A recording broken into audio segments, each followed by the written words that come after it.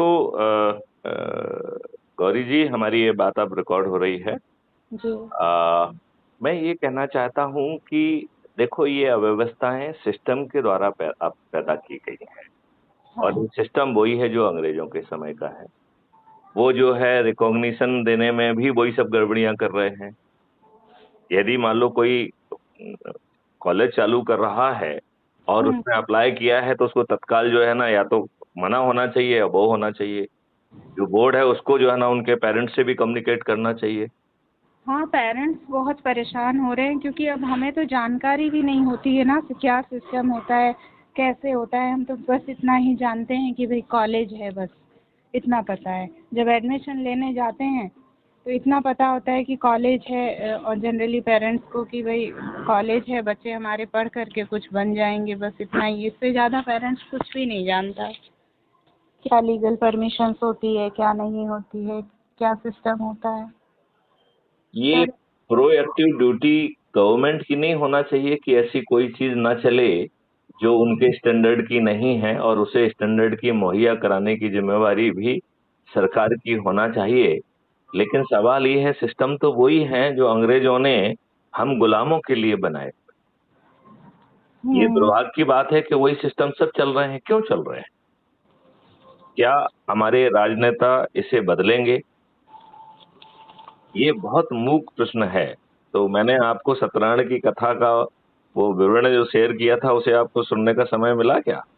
Sorry, अभी तो मैं नहीं सुन पाई क्योंकि मेरे पास टाइम ही नहीं मिल रहा था उस लेकिन टाइम। उसे जरूर सुनिए, वो जन कल्याण का है।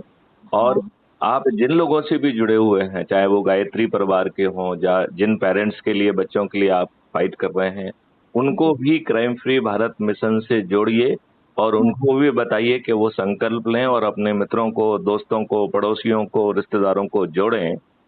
यदि जी। हम ऐसा करते हैं तो मात्र 9 दिन में इस व्यवस्था के तहत, सत्यनारायण की नई कथा के तहत, हम 100 करोड़ हो जाएंगे।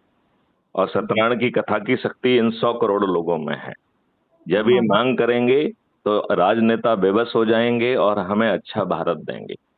और यदि यह हमें अच्छा भारत नहीं देते हैं, तो हमारे चंद्रगुप्त जो अधिक से अधिक लोगों को जोड़कर 100 करोड़ तक संख्या पहुंचाने के लिए जिन्होंने प्रयास किए हैं, उन्हें हम चंद्रगुप्त कहेंगे, उन्हें मेंबर ऑफ पार्लियामेंट का टिकट दे देंगे, खुद छत पर चढ़ के उन्हें विजयी बनाने का संकल्प लेंगे। तो हमारे चंद्रगुप्तों को ना तो टिकट के लिए पैसा खर्च करना होगा, ना किसी के दरवाजे पर वोट मांगने जाना होगा। और सभी 543 के 43 चंद्रगुप्त विजयी हो जाएंगे। किसी भी राजनीतिक पार्टी का एक भी राजनेता विजयी नहीं होगा। और फिर यही चंद्रगुप्त, जो 21 महालक्ष्य और 5 मौलिक अधिकार हैं, वो भी हमने आपसे शेयर किए थे। आपको आपको शेयर हुए या नहीं हुए वो? हाँ, आया तो है, बट मैंने अभी कुछ भी नहीं देखा क्योंकि जब आपसे मेरी बात हुई थी उसके सेकंड डे ही मैं वहाँ पर हिमालय पर चली गई थी। अच्छा। यहाँ पर टिहरी गढ़वाल पे हमारा ओके। सेंटर है वहाँ पर। तो फिर मैं कल शाम को ही आई हूँ। तो वहाँ पर क्या होता है कि जाते से मोबाइल स्विच ऑफ करना होता है, तो फिर कुछ देख नहीं पाई थी मैं। कोई बात नहीं, लेकिन ये आपके और आपके बच्चों का भविष्य बदल देगा। इसकी केवल एक ही शर्त है, हमें ये संकल्प लेना है कि हमें अच्छा भारत चाहिए, हमें अपने बच्चों के लिए अच्छा भारत चाहिए, बस। ना जी। ये आपकी सोच बदल रहा है, ना चिंतन बदल रहा है, ना क्रियाकलाप बदल रहा है, ना ही आपसे कोई दूसरी मांग कर रहा है। ना जी। जो है ना आपसे कोई चंदा मांग रहा है, ना कोई कह रहा है कि जुलूस निकालो, ना धरना देने के लिए, ना कह रहा है कि चलिए कलेक्टर, एसपी, मंत्री, मुख्यमंत्री, प्रधानमंत्री से मिलने चलिए, या कोर्ट कचहरी में दावा करिए। बिना कुछ किए इस सत्यनारायण की नए युग की 4 अध्याय की कथा के माध्यम से मात्र 9 दिन में हम 100 करोड़ हो सकते हैं। और ऐसा होते ही 10वें दिन ये सभी लोग अपनी सुनवाई करने के लिए बेबस हो जाएंगे कि नहीं हो जाएंगे? बिल्कुल, बिल्कुल। तो ये छोटा सा मूल मंत्र है, मेरे ख्याल से आप बड़ी आसानी से इसे समझ पा रही होंगी। हाँ, बस अब आज से मैं इस पे उसको स्टडी करती हूँ। ओके। जय हिंद, जय भारत, वंदे मातरम, जय गुरुदेव।